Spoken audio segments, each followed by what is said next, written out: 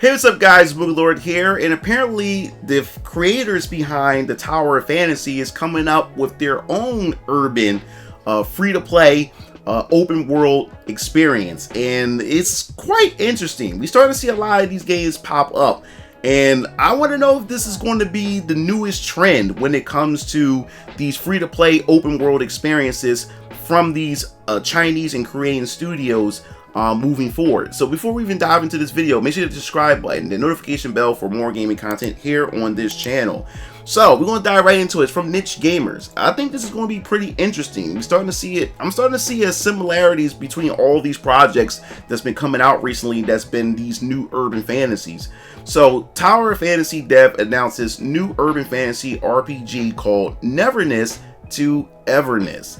So it says publisher Perfect World Games and Tower of Fantasy developer Hato Studio have announced Neverness to Everness, a new urban fantasy RPG for multiple platforms. Neverness to Everness is in development for Windows, PC, smartphones, and consoles. As of right now, PS5 is listed elsewhere, though no other platforms have been confirmed yet. A release date wasn't announced, but pre-registration is now available. Now, one thing I will say that I've noticed a similarity with this project, because it looks similar to Project Mugen, which we also covered, and I want to get access to that game to actually try it out. Like, if you guys haven't checked out my early access before that I had of Zenless Zone Zero, I gave my opinion on that, and you can definitely check that out.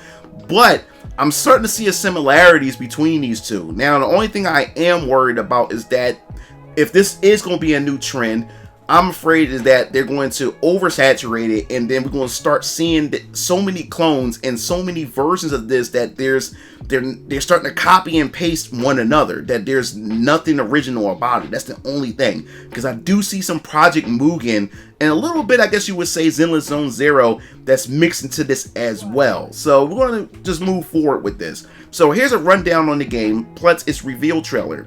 So it says it's developed using Unreal Engine 5 and boasting cutting-edge NVIDIA DLSS rendering and ray tracing technology. The game promises an immersive, high-quality gaming experience.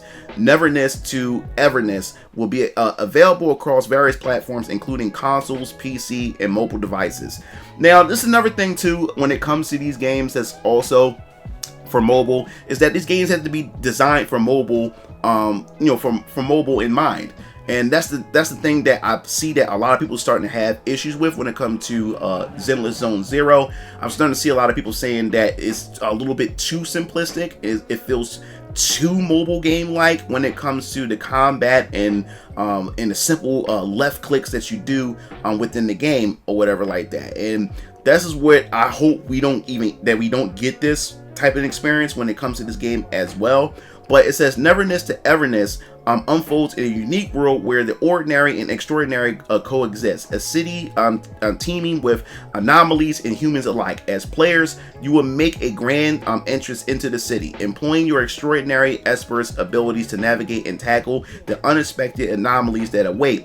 NTE also offers a variety of lifestyles for the players to choose from. Modify sports cars, manage business, and experience a vibrant urban life in the way you like. So yes, I'm really interested to see how this world in this open urban city is going to be, because we already got a glimpse of an open urban city similar in Project Mugen, and I want to know is how much different will this be compared to Project Mugen, or will this have some similarities to it as far as the openness and what you can do in this open urban city.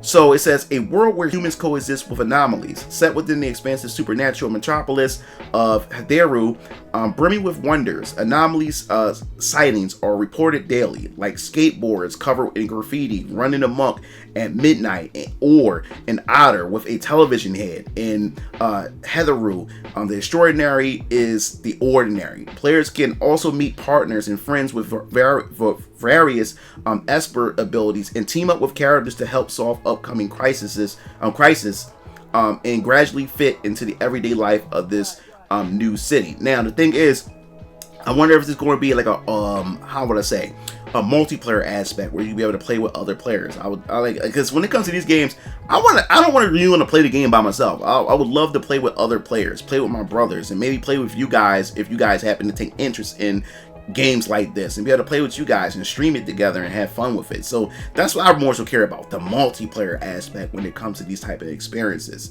So it says daily life, cars, and houses are all part of the plan. Besides the main storyline, and in-depth urban life also offers players much to see, like buying sports cars, modifying cars in a way they like, and racing through Ethereal's rainy nights, or buying a house and designing it freely. More urban related in-game content awaits players to discover. So they want to give you a lot of side content to do, which in order for these games to actually do well and exist, it can't just focus on the story stuff. It has to give the players a lot of shit to do, because you know these fiends, these people who play these type of games, they live and breathe these worlds and stay in these worlds for countless of hours. So you need to be able to entertain these players and keep these players to stay in their world as much as possible if you give them a lot of side content to do.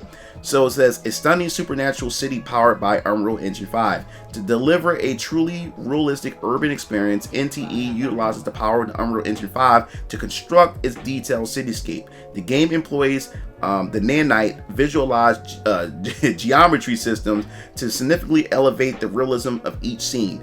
Every corner of the city, from adequate shops to convenience stores, is meticulously crafted and brimming with detail. The rich assortment of decorations and furniture breathes life into every scene, making the city feel alive and bustling. I think that's the way that's going. If you want to catch some, especially like me and my interest, yes, I would love to have a bustling city with. It feels like it's a real city. It doesn't feel like, and because that's the problem. You have these open world experiences. You have these gorgeous open vistas, but then it's lifeless. It's empty. There's not anything to do. It's just look beautiful, and that's it. So then what's the point to having something open when you can't really interact with much? There's not much wildlife, or there's not much of a society that's going on with NPCs walking around that you can get quests and interact with and stuff. So we have to wait and see how interactive and how lifelike that this open urban city is going to be like. As players step onto the streets and gaze upon the city blocks, the airy interplay of light and shadows between skyscrapers instills a sense of mystery, enhancing the overall ambience of the city and atmosphere unique to the city of Ethereal. Yes, so this is all the details for this game. Like I said before, we're starting to see a trend going on with this whole urban fantasy type gameplays and worlds, which I'm all for. I love the urban aesthetic in these open RPGs. I think I like to see more of it. The only concern that I'm having is if we start to see too much of it, and they start to oversaturate the gaming market when it comes to these free-to-play open world experiences and everything, where now we're not able to see any originality as far as designs. It seems like every other company is just copy and pasting what the competitor is doing, and you start to see similarities between characters, similarities between the cities, similarities between the storylines and stuff like that. So hopefully we start to see this stand out among the rest. Like I said, I'm already starting to see similarities already when you compare it to Project Mugen and also Zenless Zone Zero. So I'm excited. I can't wait to see how this is all going to, unravel and everything. And the thing that still does get me, though, even though I know it's going to be one of these free-to-play games, I'm upset is why can't this just be a single purchase experience? I buy the game, I have the box physical, and I'll be able to play the game whenever I feel like it, because we always have these beautiful anime inspired worlds and everything with some pretty interesting gameplay, but then it's free to play, which means you don't own the game, and if you put a lot of money into it and they decide not to support the game no more, then all your money has been wasted and the game is just gone. So that's the only thing I don't like about these type of games or whatever, but we'll have to just wait and see how this all turned out. So let me know in the comment section below, is this something that is up your alley, is something that you're looking forward to or whatever, and what aspects of the trailer that you find pretty cool. So if you like the video, hit the like button, subscribe button for more gaming content here on this channel. This is MugenLord signing off. I'll see you game fiends later. Peace out.